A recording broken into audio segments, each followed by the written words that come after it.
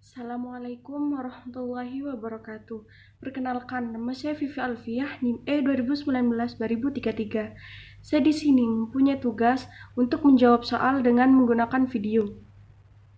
Dari Ibu Nikmatul Masrurah, selaku dosen mata kuliah Ekonomi Mikro Islam. 1. Paparkan definisi akidah sebagai fondasi dalam ekonomi syariah. Akidah sebagai fondasi dalam ekonomi syariah adalah suatu ideologi samawi yang membentuk paradigma dasar bahwa alam semesta ini diciptakan oleh Allah yang Maha Esa sebagai sarana hidup bagi seluruh umat manusia untuk mencapai kesejahteraan secara material dan spiritual. Konsep akidah, setiap aktivitas umat manusia memiliki nilai akuntabilitas ilahiyah yang menempatkan perangkat syariah sebagai parameter kesesuaian antara aktivitas usaha dengan prinsip-prinsip syariah. Konsep akidah akan menjadi dasar bagi fondasi pendukung yang meliputi syariah dan akhlak. 2. Mengapa maslahah menjadi tujuan antara dalam pencapaian falah? Karena maslahah sebagai bentuk keadaan baik material maupun non-material, yang mampu meningkatkan kedudukan manusia sebagai makhluk yang paling mulia. Menurut As-Satibi, maslahah dasar bagi kehidupan manusia terdiri dari 5 hal, yaitu agama, jiwa, intelektual, keluarga, keturunan, dan material. 3. Apa definisi falah? Falah adalah kesuksesan hakiki berupa pencapaian kebahagiaan dalam segi material dan spiritual, serta tercapainya kesejahteraan di dunia dan akhirat. Suatu kesuksesan dalam aspek material tidaklah bermakna apabila melibatkan kerusakan dalam aspek kemanusiaan lainnya seperti persaudaraan dan moralitas. 4. Apa saja kajian dari ekonomi mikro Islam? Pertama, asumsi rasionalitas dalam ekonomi Islam. Kedua, teori konsumsi Islam. Ketiga, teori permintaan Islam. Keempat, teori produksi Islam. 5. Jelaskan permasalahan dalam pencapaian maslahah. Sebenarnya, manusia itu selalu memilih barang-barangnya atau jasa yang ingin dikonsumsinya itu hanya untuk memenuhi kepuasan saja. Akan tetapi, ini pertanyaan, apakah yang memuaskan itu selalu mendatangkan masalah? Tentu tidak, karena kepuasan itu pangkalnya adalah kebutuhan tentu saja, beda dari rasionalitas. Karena rasionalitas kita sebagai seorang muslim, kita tidak boleh homo economicus, tetapi kita sudah harus merubahnya, arahnya kepada homo islamicus, yang artinya menggunakan rasionalitas. Yang muslim di setiap kegiatan kita tujuannya adalah untuk kemaslahatan. Maka dari itu, maslahah terdiri dari 2 hal, yaitu manfaat dan berkah. Masalah itu hubungannya manfaat dan berkah. Suatu yang dikatakan manfaat belum tentu mendapatkan berkah. Masalah itu interaksi antara manfaat dan berkah. 6. Apa definisi konsumsi? Konsumsi adalah kegiatan muslim dalam memenuhi kebutuhan guna mencapai maslahah. 7. Bagaimana perbedaan kebutuhan dan keinginan? Pemenuhan terhadap kebutuhan akan memberikan tambahan manfaat fisik, spiritual, intelektual, ataupun material. Sedangkan pemenuhan keinginan akan menambah kepuasan atau manfaat psikis di samping manfaat lainnya. 8. Bagaimana perbedaan kepuasan dan maslahah? Kepuasan adalah merupakan suatu akibat dari terpenuhinya suatu keinginan, sedangkan maslahah merupakan suatu akibat atas termenuhinya suatu kebutuhan atau fitrah. 9. Coba terangkan formulasi maslahah. Sementara itu, telah disebutkan bahwa berkah merupakan interaksi antara manfaat dan pahala.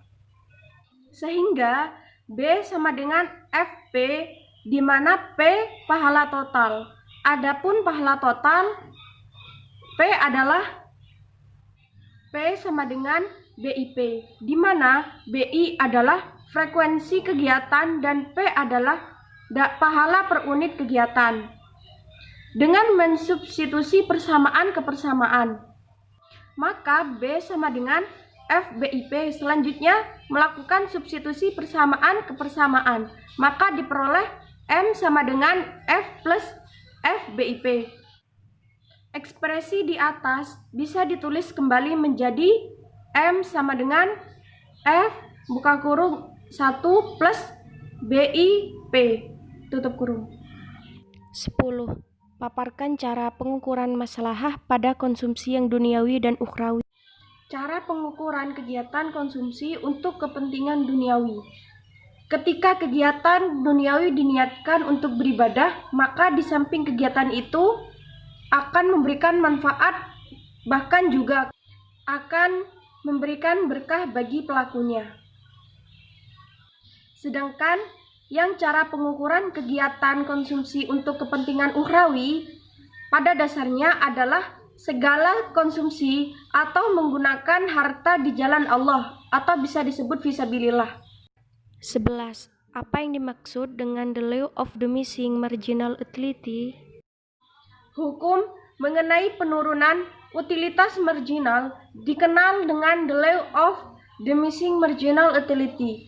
Hukum ini mengatakan bahwa jika seseorang mengkonsumsi suatu barang dengan frekuensi yang diulang-ulang, maka nilai tambahan kepuasan dari konsumen berikutnya akan semakin menurun. 12. Jelaskan perbedaan muslim yang peduli maslahah dan muslim yang tidak peduli maslahah. Muslim yang tidak peduli maslahah adalah merupakan suatu akibat dari terpenuhinya suatu keinginan, sedangkan maslahah merupakan suatu akibat atas terpenuhinya suatu kebutuhan atau fitrah.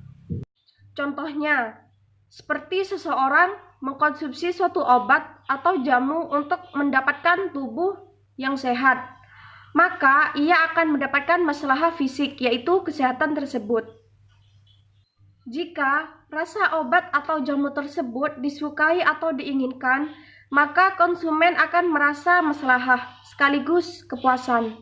Namun, jika konsumen tidak menyukai rasa obat atau jamu tersebut, maka ia akan mendapatkan maslahah, meskipun tidak memperoleh kepuasan saat itu. 13. Jelaskan perbedaan cardinal approach dan ordinal approach. Cardinal approach adalah mengasumsikan bahwa semua kegiatan konsumsi itu bisa dihitung atau bisa diangkakan. Asumsi cardinal approach, semakin banyak barang atau jasa yang halal dan thayyib yang dikonsumsi, maka semakin tinggi tingkat keberkahan yang diterima oleh seorang muslim. Sedangkan ordinal approach adalah kegiatan konsumsi itu tidak bisa diangkakan, tapi bisa diukur dengan menggunakan kurva. 14. Apa definisi dari marginal maslahah? Marginal maslahah adalah mengasumsikan bahwa semua kegiatan konsumsi itu bisa dihitung atau bisa diangkakan. 15. Jelaskan maksud dari kebutuhan dahuriyat, hajiyat, dan tasiniyat. Kebutuhan dururiyat adalah kebutuhan primer dari umat Islam yang terdiri dari kauliyah khamsah. Kebutuhan hajiyat adalah kebutuhan sekunder, pendukung dari terpenuhinya kebutuhan dururiyat. Kebutuhan tahsiniyat adalah tasrir atau bisa disebut keinginan.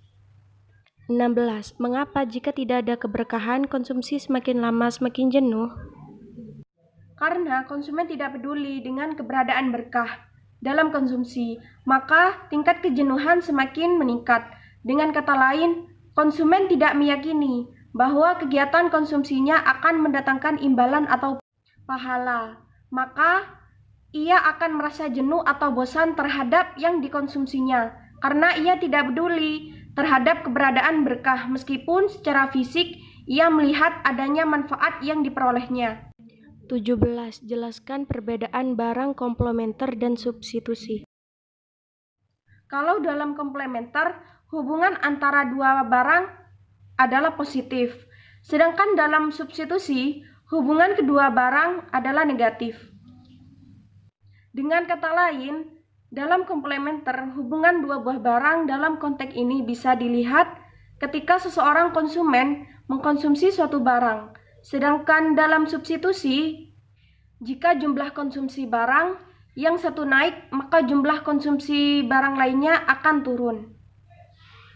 18. Apa definisi dari komplementer sempurna, dekat, dan jauh? Komplementer sempurna. Tingkat komplementer sempurna terjadi jika konsumsi dari suatu barang mengharuskan konsumen untuk mengkonsumsi barang yang lainnya sebagai penyerta dari barang pertama yang dikonsumsi. Komplementer dekat. Komplementer dekat bisa digambarkan jika seseorang mengkonsumsi atau memakai suatu barang, maka dia mempunyai kemungkinan yang besar untuk mengkonsumsi barang yang lainnya. Komplementer jauh. Tingkat komplementer jauh disebabkan karena hubungan antara kedua barang adalah rendah. 19. Apa definisi dari substitusi sempurna, dekat, dan jauh? Substitusi sempurna. Hubungan antara dua buah barang dikatakan substitusi sempurna jika pengguna dua buah barang tersebut bisa ditukar satu sama lain tanpa mengurangi sedikit pun kepuasan konsumen dalam menggunakannya. Substitusi dekat. Jika dua buah barang bisa dikatakan substitusi dekat jika fungsi kedua barang tersebut mampu menggantikan satu sama lain.